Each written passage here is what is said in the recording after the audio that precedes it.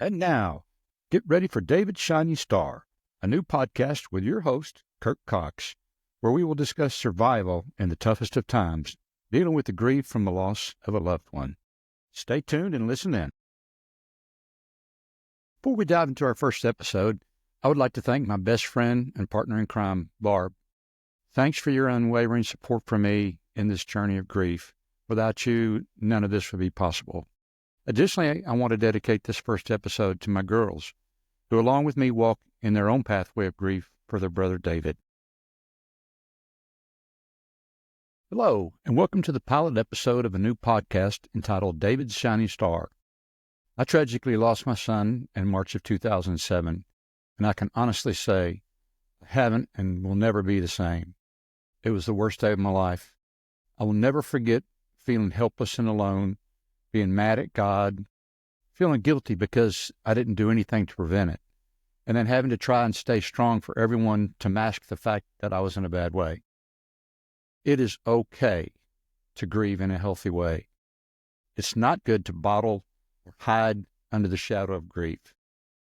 No one should ever make you feel guilty for feeling sad or showing emotions when triggers from our memory show up. Guess what? There's a number of stages that occur with grief, and for many, it doesn't matter where you are in this journey because these stages often reappear for whatever reason again and again. So allow me to say again, it is okay to grieve, and it's not okay for anyone to suggest that you don't have a right to grieve or that you should be over things and past grief. My name is Kirk, and I'll be your host for this podcast series, and it is my hope and prayer that we can help others who walk this path called grief. Our goal is to form a community where we can share our stories of grief and uncover the many ways to manage through this walk. I pray that you can find ways to manage grief and others in those tough moments that I too have been in. You know, when everybody else thinks you should be over it, you should have moved on, healed, etc. You know, we've all heard the saying, every party has a pooper, the party pooper. Many times I felt just like that, and you may have as well. Felt like a party pooper. I really didn't feel like celebrating anything. I didn't want to have a good time. And to be honest, I didn't feel like I had the right to feel anything but miserable and depressed at Christmas. So then you ask the question, why are you starting up just before Christmas? Isn't this your tough time? Absolutely it is.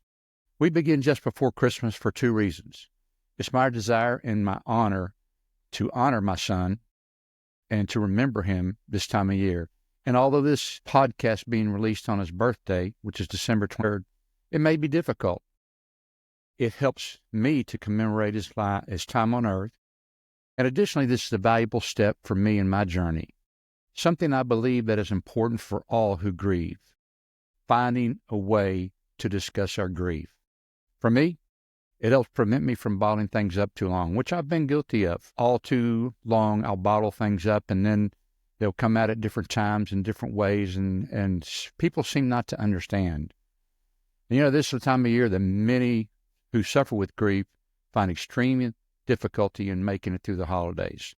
The holidays just bring on those reminders of that loved one and all the good times you had with them. And this is the time of year that everybody's supposed to be celebrating and exchanging gifts and eating meals and bringing the family together. Oftentimes, maybe once a year that you get to visit your family. So Christmas brings many avenues of grief of all struggling just to make it through. Our mission is hopefully and prayerfully to help all who hear us. As we journey, I hope to hear from others who grieve and understand what helps and what doesn't. How do you deal with the holidays? How do you deal with birthdays? How do you deal with other times when daunting memories come alive to often haunt you? We're going to talk about those things.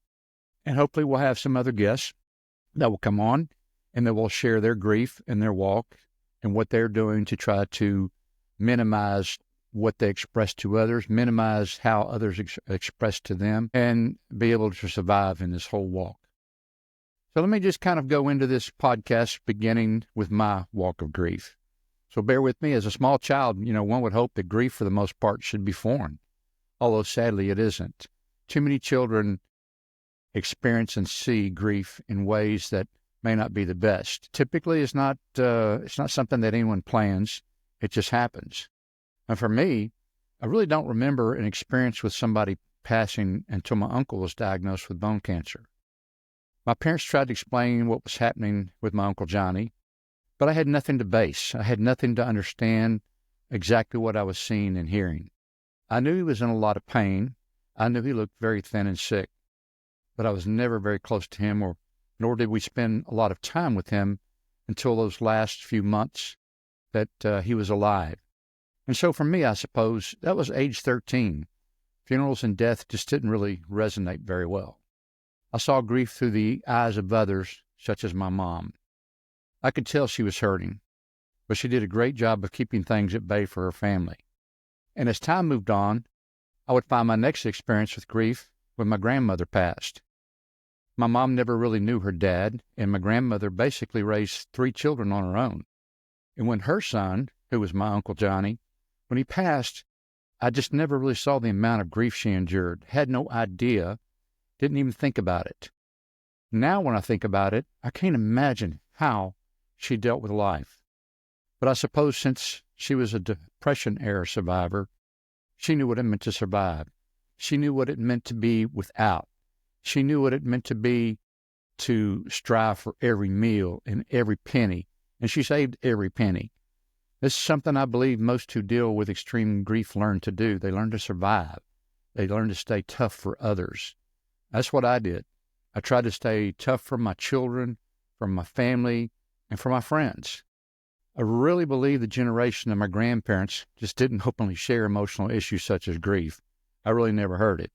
And that was typical for that generation. I've spoken to many people along my journey, and I realized that their parents were just like mine. They really just didn't openly discuss a lot of things like that. But years later, after the loss of my son, I wondered, how did my grandmother make it? I applaud her now for being able to get up every day and doing her best to raise what was left to her family, with one child who was labeled as mentally retarded. More about that as we go. But it was only 3 years following the death of my uncle that my grandmother passed away.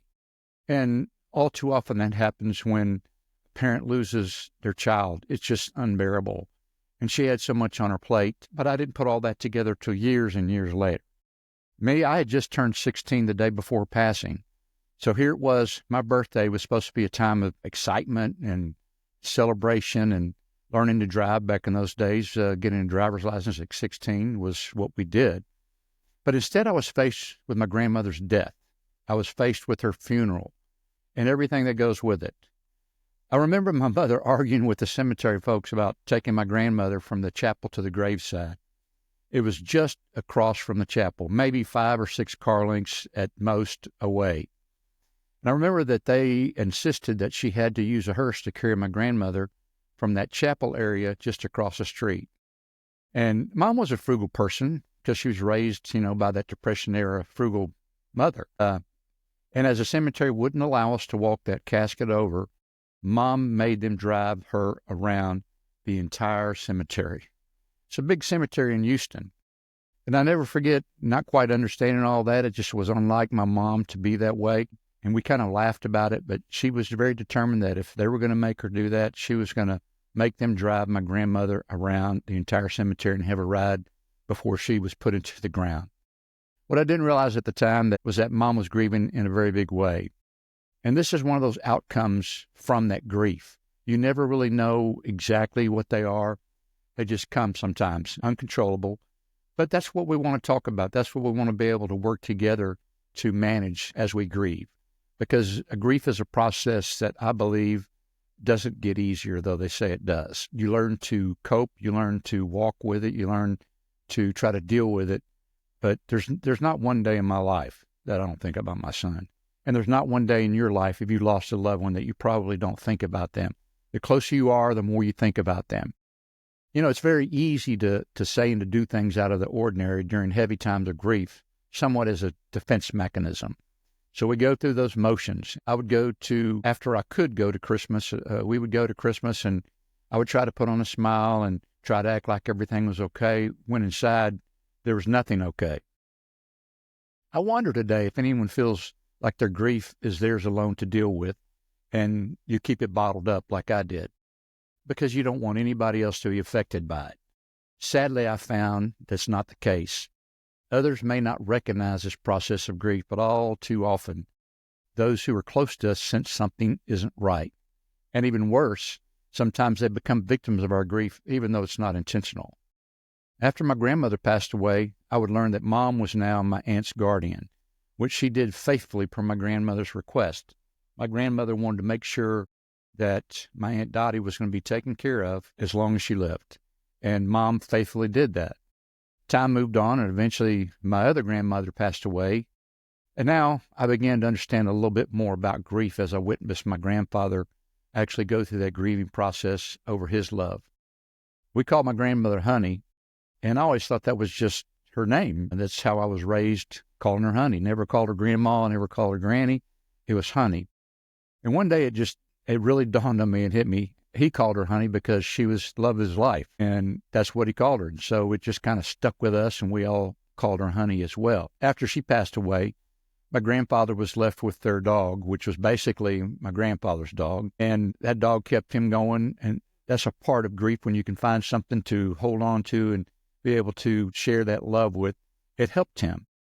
And unfortunately, as most dogs do, they get old, and so the dog got old and passed away as well. And this is one of those acts of grief that I really do feel my grandfather went through. He was determined to have that dog buried next to my grandmother. Now, the cemetery wouldn't allow it, but go figure. My grandfather figured out a way and snuck the dog in and buried the dog right next to my grandmother, right next to Honey. Again, this act of grief that brought relief to my grandfather, I didn't really understand it at the time. I would go on later to understand that. You know, many of us who grieve often find these ways to make the journey a little more comforting, as he did. And I suppose when my grandfather passed away, I really felt more grief than I'd ever had, because I understand it just a little bit more. I paid attention to it a little bit more. You know, when those around us don't understand our grief, they don't know how to act or react. I didn't know how to act or react as well. But sometimes, you know, in just letting someone know that it's a tough time for us, it may help. And we'll talk about that more as we go, because we definitely want to dive into some of these experiences that we go through and the times that we go through and how we deal with it. You know, after my grandfather passed, I went on to see death and to go to funerals. But as many do, I felt bad for their loss, but more or less accepted that death as a part of life, because you learn we die as a part of this life we live. And so as an adult, I began working and crossed the path of death all too often as I began working in a refinery. And this is for another podcast soon to come. But in those days, we measured our safety success, not necessarily by how many people were injured, though we kept track of that, but we would celebrate the fact that we didn't have a fatality in a year. Some years there were a couple fatalities. There's not one fatality that's any good when it comes down to the workplace. And so we worked ourselves very hard to try to prevent that from happening. But I remember getting cake and ice cream as a part of a measure of success, because we had 0 fatalities that year. That's kind of tough. We've gotten a whole lot better since then. We've improved things. Sounds crazy, doesn't it?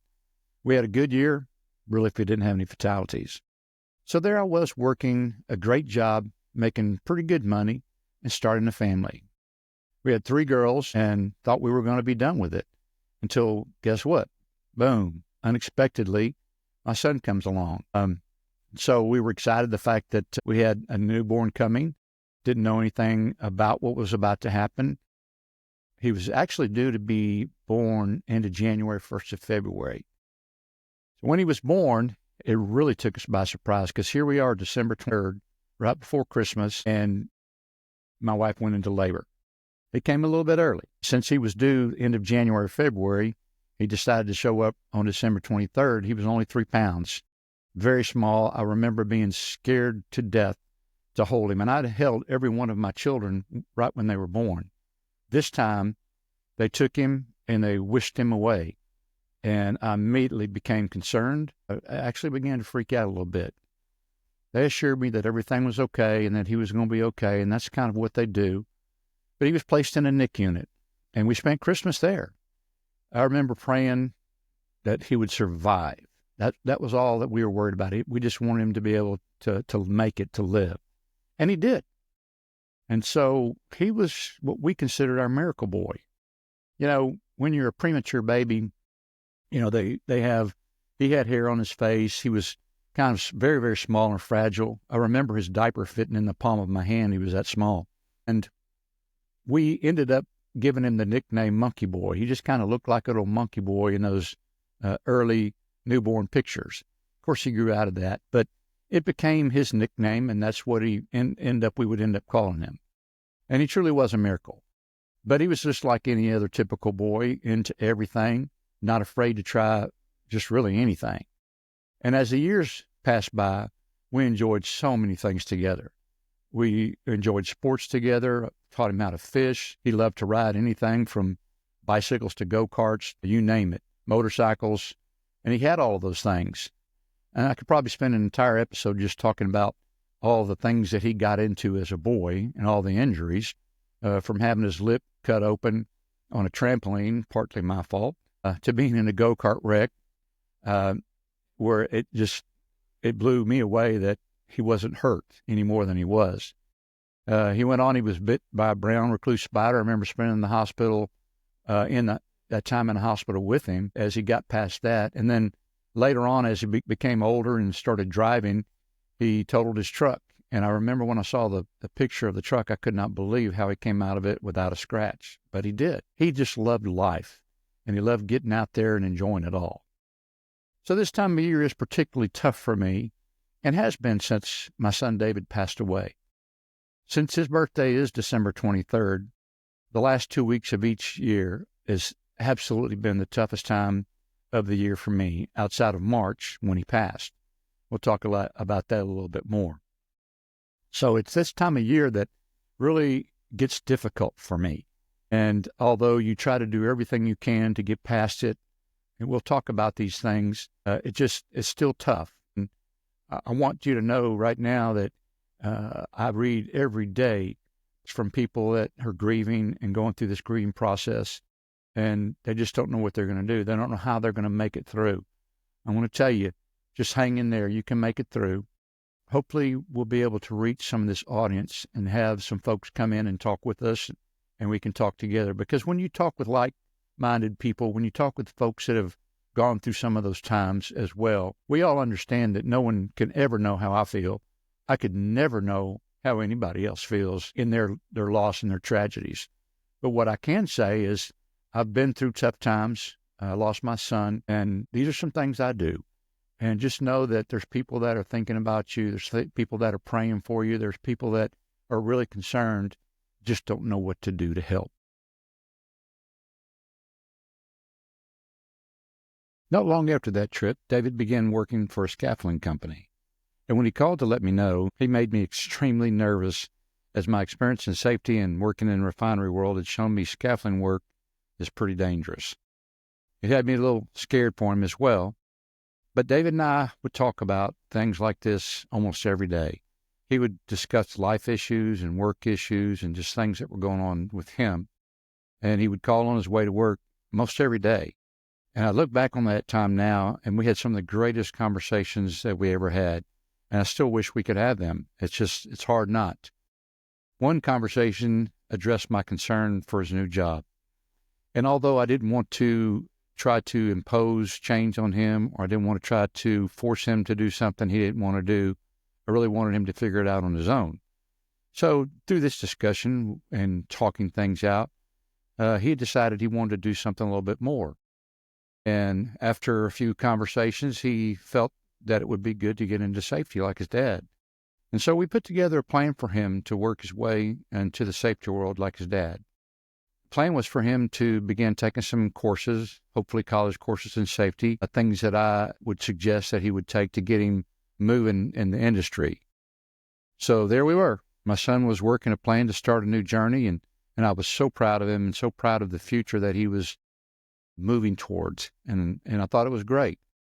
He did as well. And in fact, to celebrate, he decided that he'd go on a fishing trip. And so he had two very, very close friends. They all lived together. They all hunted together. They all fished together. They all just did everything together. And when he decided to go on this fishing trip, it turned out being just one of those two friends that went with him.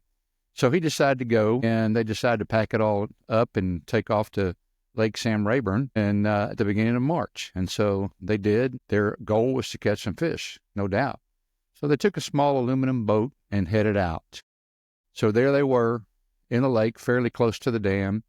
And from what we were told, a storm came their way. And funny thing about a storm that comes onto the lake, I didn't know this at the time, but I learned to find out later, it can actually cause that fishing to get better. And so that did that with them. And so they were in a storm and they were catching fish. And unfortunately, the storm began filling the boat up with water as the rain just kept coming down very hard. They tried to bucket out the water as much as they could, but they weren't very successful.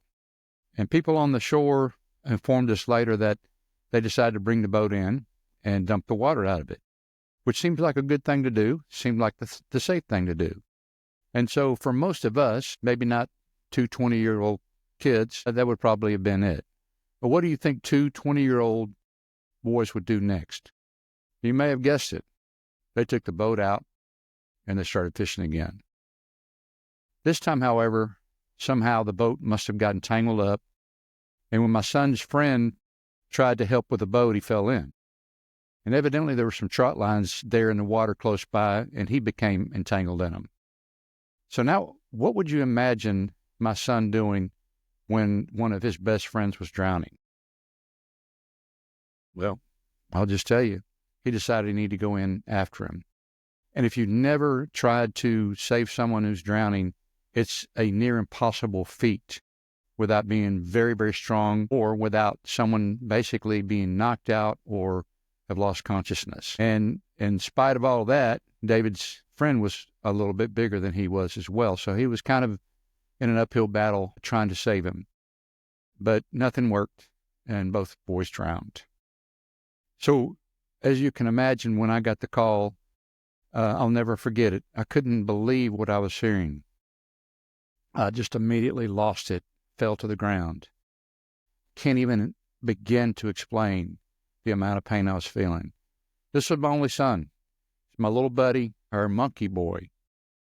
And little did I know my journey with grief would only just begin then at that time.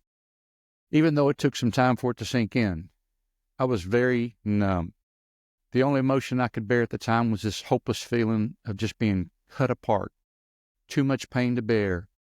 And all I could do was just stay numb and hope that for the sake of my kids, my family, and all the friends, that I could put on this mask of dad to be strong for my kids and my family. I didn't really feel like they needed to see any weakness on my part. And I suppose that's somewhat taken from my mother because that's how she acted when she lost her mother and other loved ones as well. There were around 800 people who came to the funeral, and it was very touching. But once again, I was numb.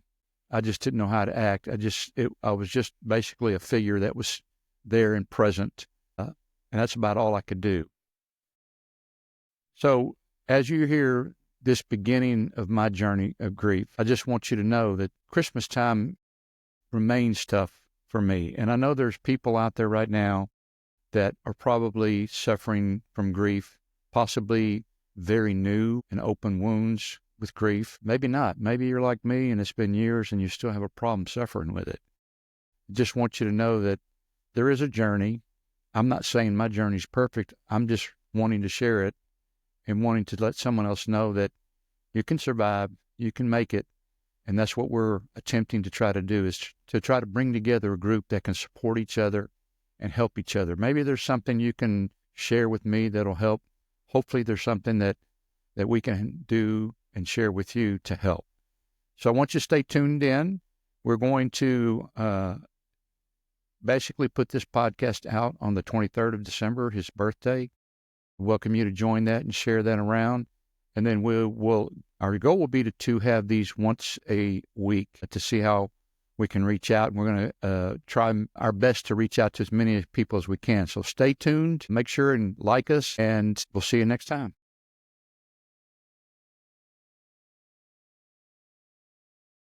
Thanks for tuning in today. Please like us and share with others. As we move forward and grow, our podcast will be available on Spotify, YouTube, Apple Podcasts, Rumble, and others. Additionally, please check us out on www.davidshiningstar.com. It's our website, and follow us there. Thanks, and stay strong for yourself and others.